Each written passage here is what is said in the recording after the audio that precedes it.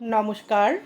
আজকে আমরা শুনব শ্রী শ্রী ঠাকুর শ্রী রামকৃষ্ণ দেবের অমৃত কথা, শ্রী শ্রী রামকৃষ্ণ কথামৃত, তৃতীয় পরিচ্ছেদ।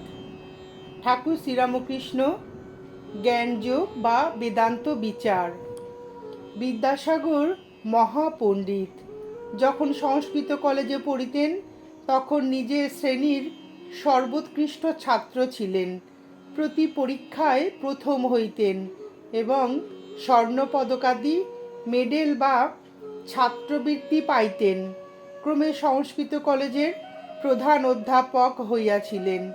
তিনি সংস্কৃত ব্যাকরণ এবং সংস্কৃত কাব্যে বিশেষ পারদর্শিতা লাভ করিয়াছিলেন। অধ্যবসায় গুণে নিজে চেষ্টা করিয়া ইংরেজি শিখিয়েছিলেন। ধর্ম বিষয়ে বিদ্যাসাগর কাহাকেও শিক্ষা দিতেন না। তিনি দর্শনাদি গ্রন্থ পড়িয়াছিলেন। মাস্টার একদিন জিজ্ঞাসা করিয়াছিলেন, আপনার হিন্দু দর্শন কিরূপ লাগে?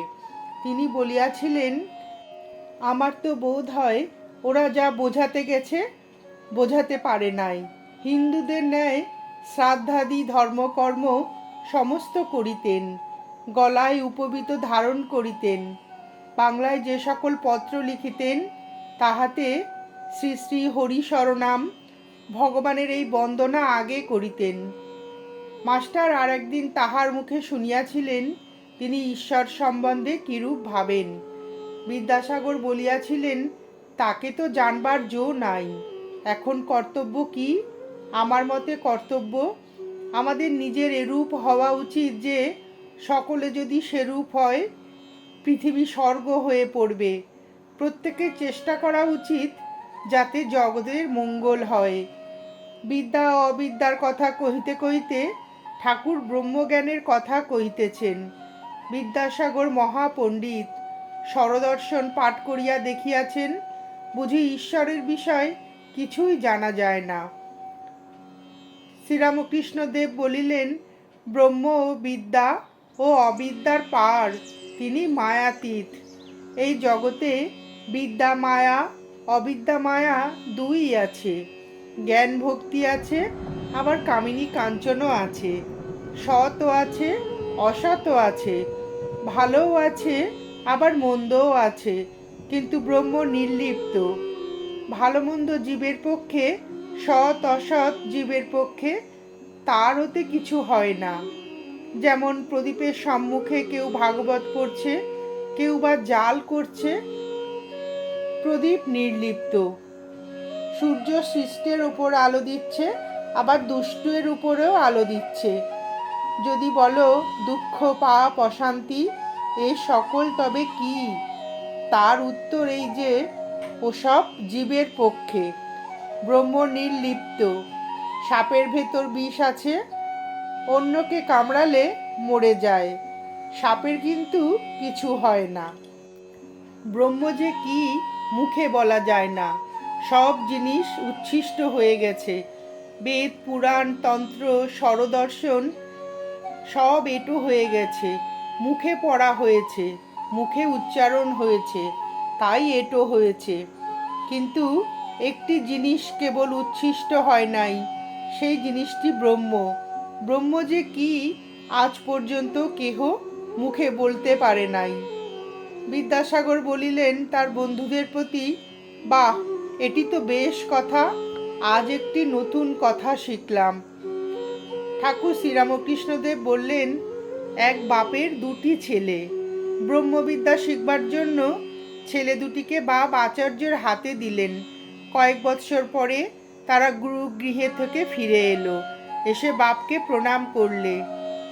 বাপের ইচ্ছা দেখেন এদের ব্রহ্মজ্ঞান কিরূপ হয়েছে। বড় ছেলেকে জিজ্ঞাসা করলেন, বাপ, তুমি তো সব পড়েছ, ব্রহ্ম কিরূপ বলো দেখি। বড় ছেলেটি বেদ থেকে নানা শ্লোক বলে ব্রহ্মের স্বরূপ বোঝাতে লাগলো। বাপ চুপ করে রইলেন। যখন ছোট ছেলেকে জিজ্ঞাসা করলেন, সে হেঁট মুখে চুপ করে রইল, মুখে তার কোনো কথা নাই। বাপ তখন প্রসন্ন হয়ে ছোট ছেলেকে বললেন, বাপু, তুমি একটু বুঝেছ, ব্রহ্ম যে কি তা মুখে বলা যায় না। মানুষ মনে করে আমরা তাকে জেনে ফেলেছি। একটা পিঁপড়ে চিনির পাহাড়ে গিয়েছিল। এক দানা খেয়ে পেট ভরে গেল, আর এক দানা মুখে করে বাসায় যেতে লাগলো। যাবার সময় ভাবছে, এবার এসে সব পাহাড়টি লয়ে যাব।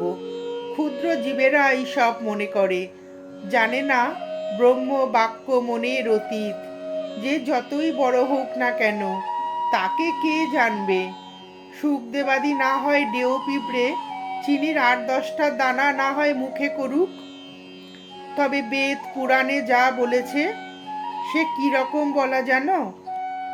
একজন সাগর দেখে এলে কেউ যদি জিজ্ঞাসা করে কেমন দেখলে, সে লোক মুখ হা করে বলে, ওহ কি দেখলুম, কি হিল্লোল কল্লোল। ব্রহ্মের কথাও সেই রকম। বেদে আছে তিনি আনন্দ স্বরূপ, সচ্চিদানন্দ। সুখদেবাদি এই ব্রহ্মসাগর তটে দাঁড়িয়ে দর্শন স্পর্শন করেছিলেন। একমতে আছে তারা এ সাগরে নামেন নাই। এ সাগরে নামলে আর ফিরবার জো নাই। সমাধিস্থ হলে ব্রহ্ম জ্ঞান হয়, ব্রহ্ম দর্শন হয়। সে অবস্থার বিচার একেবারে বন্ধ হয়ে যায়, মানুষ চুপ হয়ে যায়। ব্রহ্ম কি বস্তু মুখে বলবার শক্তি থাকে না।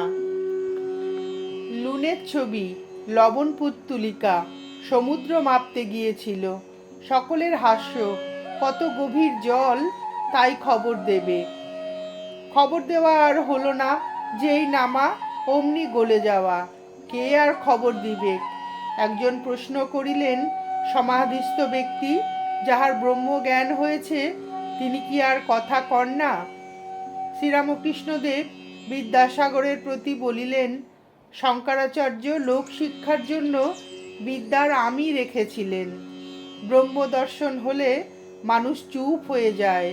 যতক্ষণ দর্শন না হয় ততক্ষণই বিচার। ঘি কাঁচা যতক্ষণ থাকে ততক্ষণই কলকলানি। পাকা ঘিয়ের কোনো শব্দ থাকে না। কিন্তু যখন পাকা ঘিয়ে আবার কাঁচা লুচি পড়ে, তখন আর একবার ছ্যাক কলকল করে। যখন কাঁচা লুচিকে পাকা ধরে, তখন আবার সে চুপ হয়ে যায়। তেমনি সমাধিস্থ পুরুষ লোক শিক্ষা দেবার জন্য আবার নেমে আসে, আবার কথা কয়। যতক্ষণ মৌমাছি ফুলে না বসে ততক্ষণ ভন ভন করে। ফুলে বসে মধু পান করতে আরম্ভ করলে চুপ হয়ে যায়। মধু পান করবার পর মাতাল হয়ে আবার কখনো কখনো গুনগুন করে।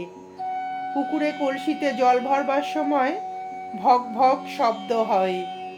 পূর্ণ হয়ে গেলে আর শব্দ হয় না। সকলের হাস্য।